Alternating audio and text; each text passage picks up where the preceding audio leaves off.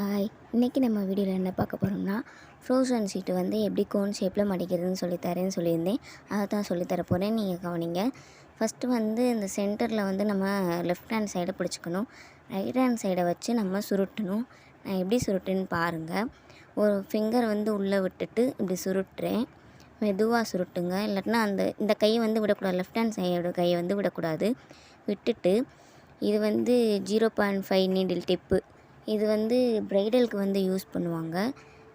இதுக்கு இந்த டிப்பு போட்டு நம்ம சுற்றுறோம்னா நம்ம கோன் வந்து மெல்லிசாக அழகாக வர்றதுக்காண்டி தான் நம்ம சுற்றுறோம். இல்லைன்னா பட்டையாக ஒரு மாதிரி டிசைன்லாம் குழஞ்சி வரும். இந்த டிப்பு போடுறனால கொஞ்சம் மெல்லிசாக டிசைன்லாம் நல்லா எடுத்து கொடுக்கும். அதுக்காண்டி தான் இது போடுறோம். மேலே இருக்கிற அந்த கூம்பு மணி இருக்குல்ல, அதை பிடிச்சி இழுத்திங்கன்னா உங்களுக்கு இன்னும் கொஞ்சம் கோன் வந்து பெருசாக வரும். பெருசானா ஹைட்டாக வரும். அப்புறம் இந்த தம் ஃபிங்கர் இருக்குல்ல, அதை வச்சு உள்ளே ஒரு இது இருக்கும், அதை பிடிச்சி இழுத்திங்கன்னா நமக்கு அந்த மேலே நீடில் வச்சுருந்தோம்ல அந்த இடத்துல வந்து கொஞ்சம் டைட் ஆகி அந்த டிப்பு விழுகாத அளவுக்கு நம்ம டைட் பண்ணிக்கணும். ஏன்னா அப்போ தான் வந்து நம்ம கோன் வந்து மெல்லிசாக வரும். இப்படி போட்டுட்டு இப்போ எப்படி நான் ஒட்டுறதுன்னு நான் சொல்கிறேன் பாருங்கள். கொஞ்சோண்டு டேப் எடுத்து அந்த ட்ரையாங்கிள் ஷேப்பில் அந்த முடிகிற இடத்துல இருக்குல்ல, அந்த இடத்துல கிராஸாக ஒட்டணும். கிராஸாக ஒட்டிட்டு டைட்டாக ரோல் பண்ணிங்கன்னா அது வந்து ஒட்டிக்கிறோம்.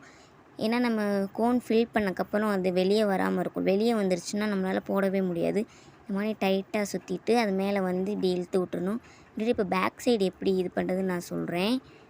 அந்த ஒரு இடத்துல நீண்டிட்டுற மாதிரி இருக்கா, அந்த கேப் லாஸ்ட் முடிகிற இடத்துல ஃபினிஷிங் ஸ்டேஜில் முடிகிற மாதிரி இருக்கா, அந்த இடத்துல வந்து ஒரு டேப் போட்டுறணும். ஏன்னா கோன் ஃபில் பண்ணக்கப்புறம் அது வந்து லீக் ஆகாமல் இருக்கும். அதுக்காக தான் அந்த இடத்துல நம்ம போடுறோம். இல்லாட்டினா போடும்போது நம்ம ப்ரெஸ் கொடுக்கும் போது அது வெளியே வந்துருச்சுன்னா கை பூரா இதாயிரும், கோன் வேஸ்ட் ஆயிரும். அடுத்து மேலே வந்து இந்த சென்டரில் இந்த 2 சைடு இதாக இருக்கா, அந்த இடத்துல வந்து ஒன்று போட்டுறணும். போட்டுக்கிறது சேஃப்டி தான்.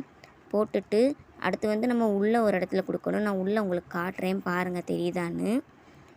அந்த உள்ளே ஒரு இடத்துல வந்து அதுவும் ஃபினிஷிங் ஸ்டேஜில் தான் இருக்கும். அந்த எண்டிங் இது இருக்கும் பார்த்தீங்களா, நல்லா பாருங்கள், தெரியும் உங்களுக்கு.